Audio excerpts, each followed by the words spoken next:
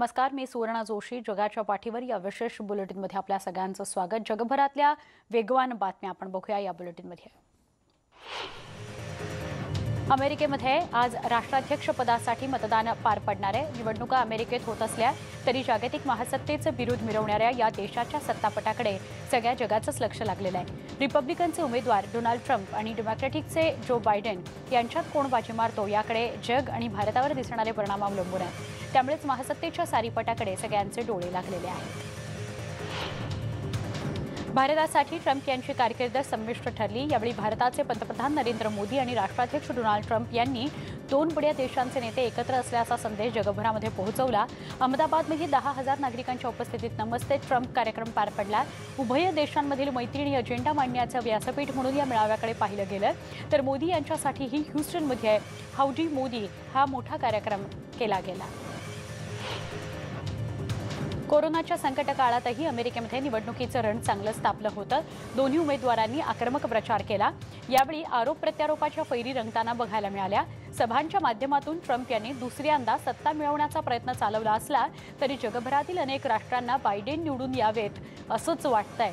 Organisation for economic cooperation and डेव्हलपमेंटच्या 37 सदस्य देशांच्या मते ट्रम्प हे सगळ्यात कमी विश्वासार्ह नेते आहेत. केवळ 16% देशांना ट्रम्प यांच्यावर विश्वास आहे. अमेरिकेचे अध्यक्ष डोनाल्ड ट्रम्प यांच्या प्रचाराच्या शेवटच्या दिवशी त्यांनी विवादास्पद शेरेबाजी केली. अमेरिकेचे जिल्हा न्यायाधीश गोन्झालो कुरिल यांच्यावर टीका करतानाच त्यांना स्पॅनिश, मेक्सिकन आणि हिस्पॅनिक हा वारसा असल्याचं ट्रम्प म्हणाले. तसंच ते माझा शत्रू आहेत. त्यांनी मेक्सिकन सीमेवर भिंत बांधण्याच्या योजनेला 2016 मध्ये विरोध केला होता याची आठवणही त्यांनी करून दिली. ट्रम्प युनिव्हर्सिटीच्या विद्यार्थ्यांसंदर्भात दिलेल्या निर्णयावरून ट्रम्प यांनी न्यायाधीशांवर टीका केली. अमेरिकेचे माजी राष्ट्राध्यक्ष बराक ओबामा यांनी मतदानाच्या आधीचा एक दिवस जॉर्जियामध्ये दिवसभर प्रचार केला. ट्रम्प यांचे प्रतिस्पर्धी जो बायडेन यांना पाठिंबा आणि प्रोत्साहन देण्याकरता त्यांनी आवाहन केलं. 4 वर्षांच्या अपयशी कारभारानंतर बदल घडवून आणण्याची ताकद तुमच्यात आहे आणि उद्या मतदान करून तुम्ही तो बदल घडवून आणू शकता असं ओबामा अटलांटा इथल्या प्रचारावेळी म्हणाले. तसंच देशाचं विभाजन करू पाहणारे, त्यासाठी षडयंत्र आखणारे आणि जेव्हा सक्षम निर्णयाची गरज होती तेव्हा निर्णयहीन राहणाऱ्यांचं राजकारण उद्या तुम्ही मतदान करून संपवू शकता असंही ओबामांनी सांगितलं. दरम्यान बायडेन स्वतः पेनिसिल्व्हिया आणि ओहियो इथं 3 ठिकाणी आणि डोनाल्ड ट्रम्प यांनी 4 राज्यात 5 ठिकाणी प्रचार केला. निवडणुकीच्या एक दिवस आधी अमेरिकेतल्या वेस्टचेस्टरच्या वर्दळीच्या चौकात डोनाल्ड ट्रम्प यांचे ओहियो समर्थक एकत्र आले होते. पुढची 4 वर्ष ट्रम्प यांनाच मिळावीत याकरता त्यांनी झेंडे फडकवले. ओहियोमध्ये ट्रम्प यांना गठ्ठ्यानं मतं पडली होती. त्यामुळे ओहियोतून 2016 मध्ये त्यांना जिंकण्यास मोठीच मदत झाली. याही वर्षी ट्रम्प यांना असाच भूतपूर्व प्रतिसाद ओहियोमधून मिळेल असा विश्वास ट्रम्प समर्थक टीशी मॅस्टन यांनी व्यक्त केला. ओहियो याही वर्षी निवडणुकीमध्ये निर्णायक भूमिका निभावेल असं त्या म्हणाल्या.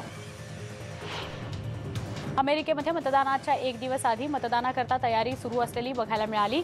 अमेरिकेच्या विल्स काउंटी आणि नॉर्थ कॅरोलिनामध्ये निवडणूक कर्मचारी काल पहाटे मतदान यंत्र, टॅब्युलेटर यासह बॉक्स पाठवण्याची तयारी करताना बघायला मिळाले.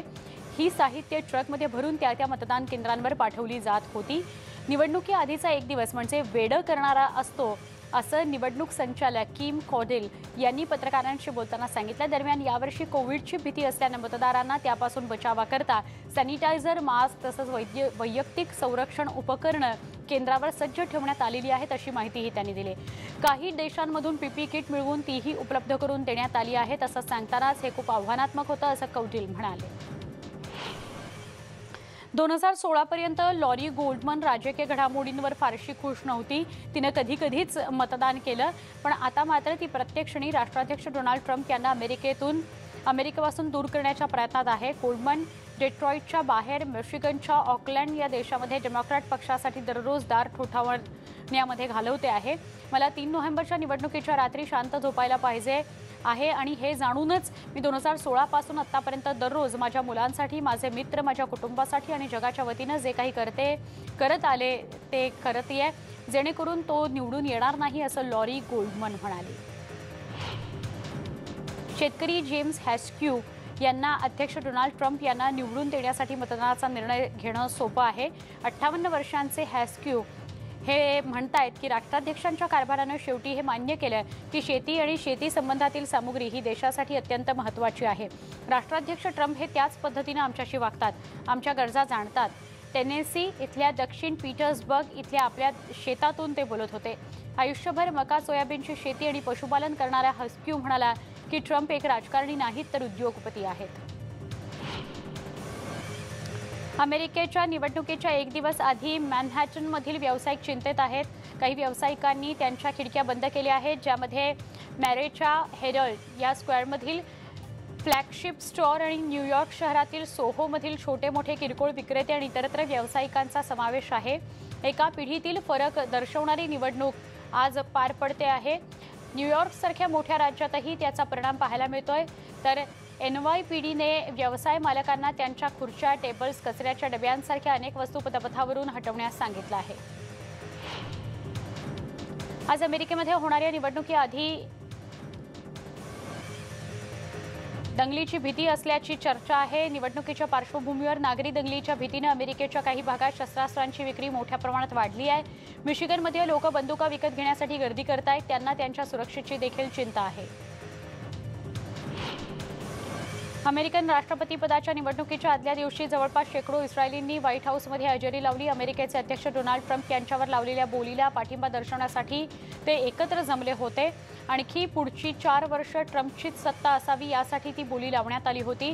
ट्रम्प यांच्या समर्थकांनी इस्रायली आणि अमेरिकेचा झेंडा फडकावत हात उंचावले। अनेकांनी इस्रायली पंतप्रधान बेंजामिन नेतन्याहू यांच्या चित्राचे टी-शर्ट्स परिधान केले होते। या मेळाव्याचं आयोजन करणारे इस्रायलमधील रिपब्लिकन नेते मार्क जेल म्हणाले, 3 तारखेला होणाऱ्या अमेरिकेच्या निवडणुकीमध्ये डोनाल्ड ट्रम्प आणि त्यांचे उपराष्ट्रपती माईक पेन्स यांना मोठा विजय मिळावा अशी आमची इच्छा आहे।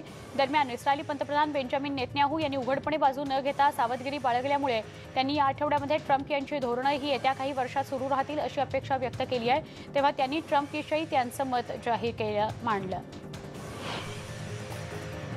अमेरिकेच्या आजच्या निवडणुकीसंदर्भात व्हेनेझुएलाचे अध्यक्ष निकोलस मादुरो यांनी अमेरिकेबरोबर बिघडलेल्या संबंधांना नव्यानं सुरुवात करण्याचा मार्ग नक्कीच मिळेल अशी खात्री बाळगली। व्हाईट हाऊसमध्ये कोण बाजी मारेल याची पर्वा नसल्याचंही निकोलस मादुरो म्हणाले। भूतकाळातील कोणतेही संकेत असल्यास ते एक कठोर युद्ध असल्याचं त्यांनी म्हटलं। राष्ट्राध्यक्ष डोनाल्ड ट्रम्प किंवा प्रतिस्पर्धी जो बायडेन यांनी निकोलस मादुरो यांना व्हेनेझुएलाचा कायदेशीर अध्यक्ष म्हणून मान्यता दिली। तथापि समाजवादी नेत्यानं पुन्हा चर्चा सुरू करण्याची इच्छा वर्तवली आहे।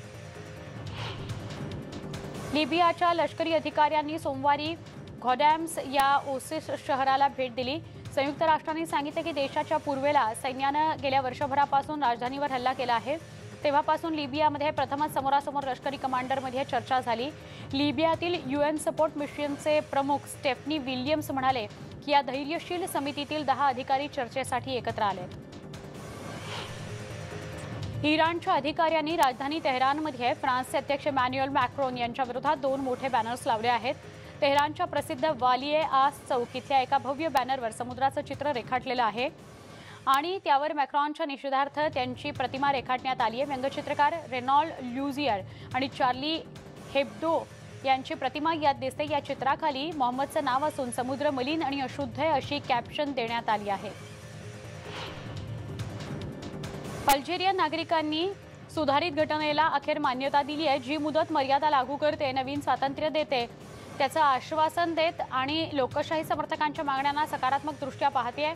लोकशाही समर्थकांनी गेल्या वर्षी त्यांच्या दीर्घकाळ सेवा देणाऱ्या निरंकुश अध्यक्षांना बाहेर पदावरून हटवलं। सुमारे 2/3 समर्थकांनी पाठिंबा देत घटनेत दुरुस्ती केली आणि ती संमत झाली अशी घोषणा राष्ट्रीय स्वतंत्र निवडणूक प्राधिकरणाच्या अधिकाऱ्यांनी सोमवारी केली। रविवारी घटनेसंदर्भात झालेल्या सार्वत्रिक मतदानाचा विक्रम झाला, मात्र सुधारित घटनेच्या विरोधकांना प्रचाराच्या ठिकाणी किंवा सार्वजनिक टीव्ही माध्यम किंवा रेडिओवर आपलं मत व्यक्त करण्यास मनाई करण्यात आली होती। त्यामुळे विरोधकांनी या निवडणुकीवर बहिष्कार घालण्याची मागणी केली आहे।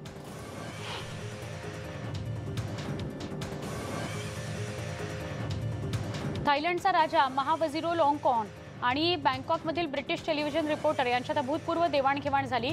त्यामुळे असं अनुमान निघतंय की शक्तिशाली राजेशाही सुधारणेच्या आवाहनामुळे उद्भवणाऱ्या वाढत्या संकटातून मार्ग काढणं शक्य होईल असा विश्वास सुद्धा निर्माण झालेला आहे। रविवारी राजा आणि त्यांची पत्नी राणी सुथिदा आपल्या समर्थकांच्या इच्छेखातर राजवाड्याच्या केंद्रस्थानी होत्या। या ठिकाणी हजारोंच्या संख्येने समर्थक जमले होते। बँकॉकच्या भव्य पॅलेसमध्ये शाही जोडीनं तासभर नाईट वॉक करत सगळ्यांच्या शुभेच्छा स्वीकारल्या. ऑस्ट्रियामध्ये राजधानी व्हिएन्नात गोळीबार झाला. सोमवारी रात्री घडलेल्या या घटनेमुळे शहरात एकच खळबळ उडाली. शहरातील मुख्य सभास्थान असलेल्या ठिकाणी गोळीबाराची घटना घडली आहे. व्हिएन्नामधील ज्यू समुदायाचे प्रमुख ओस्कर यांनी सांगितलं की हल्लेखोरांनी नेमकं कोणाला लक्ष्य केलं होतं हे अद्यापही स्पष्ट होत नाहीये. सभास्थान आधीच बंद असल्याचं त्यांनी सांगितलं. या प्रकरणी एक हल्लेखोर ठार झाल्याची माहिती या वृत्तसंस्थेनं दिली आहे. व्हिएन्नामध्ये सोमवारी रात्री दहशतवादी हल्ला झाल्याचं ऑस्ट्रियाच्या गृहमंत्र्यांनी म्हटलंय. ते मंगळवारी माध्यमांशी बोलत होते. नागरिक रेस्टॉरंट्स आणि कॅफेमध्ये असताना हल्लेखोरांनी हल्ला केला. हल्ल्यात 7 जण ठार झालेत तर 11 जण जखमी झालेत. एका दहशतवाद्याला ठार करण्यात यश आलंय अशी माहितीही त्यांनी दिली. तर अफगाणिस्तानातील काबूल विद्यापीठावर सोमवारी हल्ला करण्यात आला. या हल्ल्यात आतापर्यंत 19 जणांचा मृत्यू झालाय. 22 जण जखमी झालेत. गृह मंत्रालयानं ही माहिती दिली. मृतांमध्ये बहुतांश विद्यार्थ्यांचा समावेश आहे. 3 हल्लेखोरांनी गोळीबार केल्याचं अफगाणिस्तानातील सरकारचे प्रवक्ते तारिक एरियन यांनी सांगितलंय. दरम्यान या हल्लेखोरांचा खात्मा करण्यात आल्याचं सुद्धा त्यांनी सांगितलं. कोणत्याही दहशतवादी संघटनेनं या हल्ल्याची जबाबदारी स्वीकारलेली नाही. दरम्यान तालिबानकडून त्वरित पत्रक जारी करून हल्ल्यात कोणताही सहभाग कुणाचाही नव्हता असं स्पष्ट करण्यात आलेलं आहे. अफगाणिस्तानमधल्या काबूल विद्यापीठामध्ये सोमवारी रात्री गोळीबार झाला. या हल्ल्यात अनेक विद्यार्थ्यांना आपले प्राण गमावे लागले. दरम्यान या हल्ल्यात जखमी झालेल्या पीडितांनी आपला थरारक अनुभव सांगितला. मोहम्मद रसूल याने या हल्ल्याचं वर्णन केलं. हल्लेखोरांनी मला पाहताच क्षणी गोळ्या घालायला सुरुवात केली. त्यांनी गोळ्या झाडल्यामुळे मी जमिनीवर पडलो. दरम्यान मी खाली पडल्यानंतर त्यांनी गोळ्या घालण्याचा प्रयत्न केला, परंतु त्यावेळी त्यांची बंदूक चालली नाही म्हणून मी बचावलं. अशा शब्दात मोहम्मदनं त्यांच्यावर झालेल्या हल्ल्याचं वर्णन केलंय. तब्बल 5 तास सुरू असलेला गोळीबार आणि ग्रेनेड स्फोट यामुळे परिसरात मोठाच तणाव निर्माण झालाय. जखमी झालेल्या नागरिकांवर रुग्णालयामध्ये सध्या उपचार सुरू आहेत. मध्य अमेरिकेच्या दिशेनं एटा चक्रीवादळ सोमवारी सरसावताना बघायला मिळालं. त्यामुळे आपत्कालीन यंत्रणा आणि हवामान तज्ज्ञांनी एका किनाऱ्यालगत प्रदेशात मोठ्या प्रमाणात पूर आणि भूस्खलनाचा इशारा दिलाय. भूस्खलनाचा इशारा दिलेला असल्यामुळे काळजी व्यक्त केली जाते. एटा चक्रीवादळामुळे ताशी 215 किलोमीटर प्रति वेगानं वारं वाहणार आहे आणि दुपारी उशिरा निकारागुआ होंडुरास या सीमेच्या पूर्वेस सुमारे ताशी प्रति तास 110 किलोमीटर इतक्या वाऱ्याचा वेग असेल. तो थोडा मंदावलेला असेल तर हे वादळ पूर्वेकडे केंद्रित झालं आहे असं अमेरिकेच्या राष्ट्रीय चक्रीवादळ केंद्रानं सांगितलंय.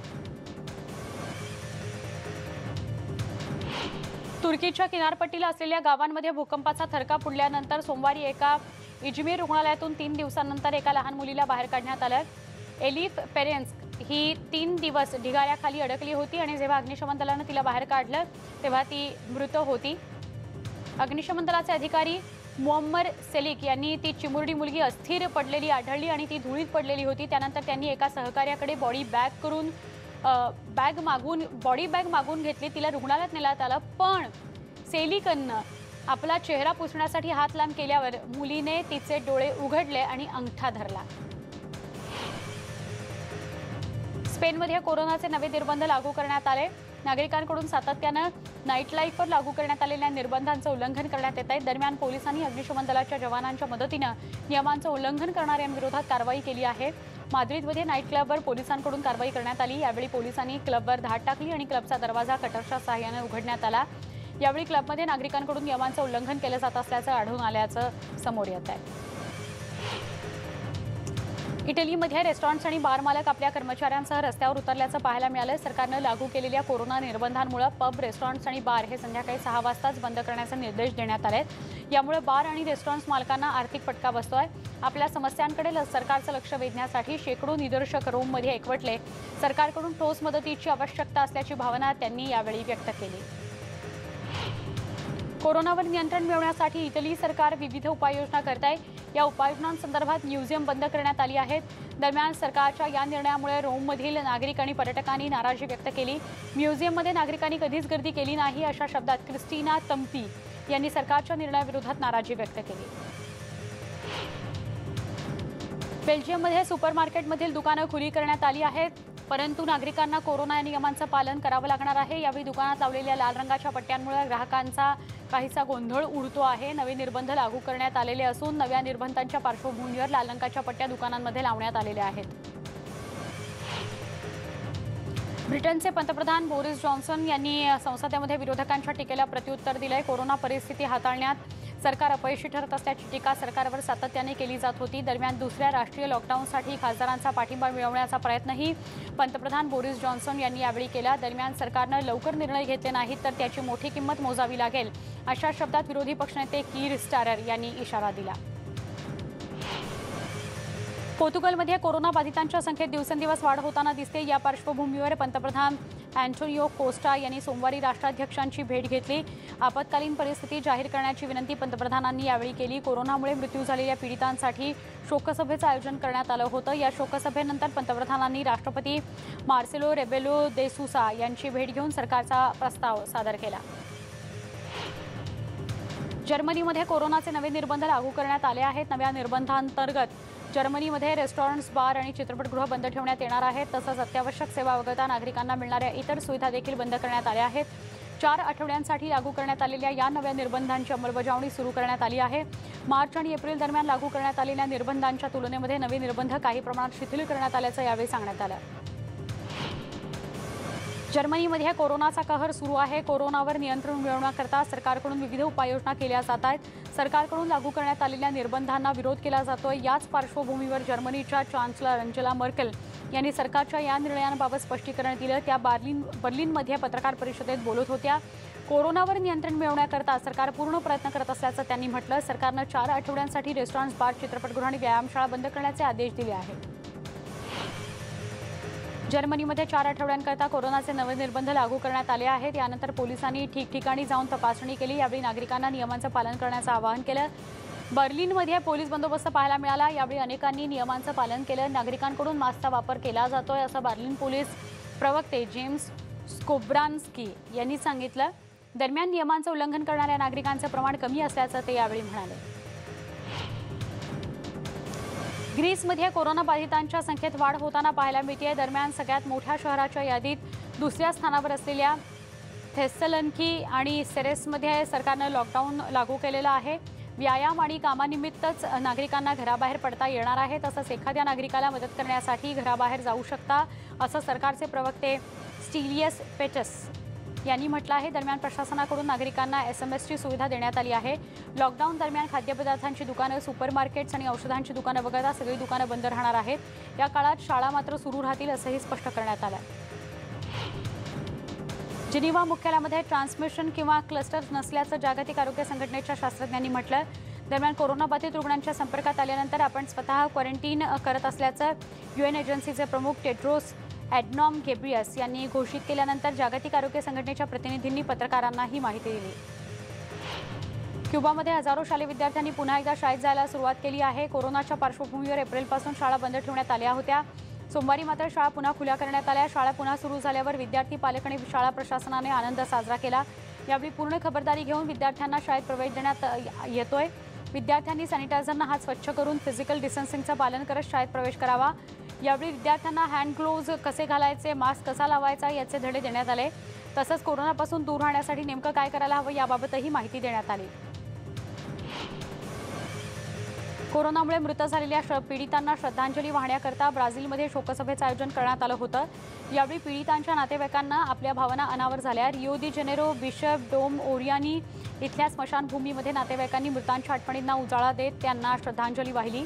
ब्राझीलमध्ये आतापर्यंत 1,50,000 नागरिकांचा कोरोनामुळे मृत्यू झाला आहे।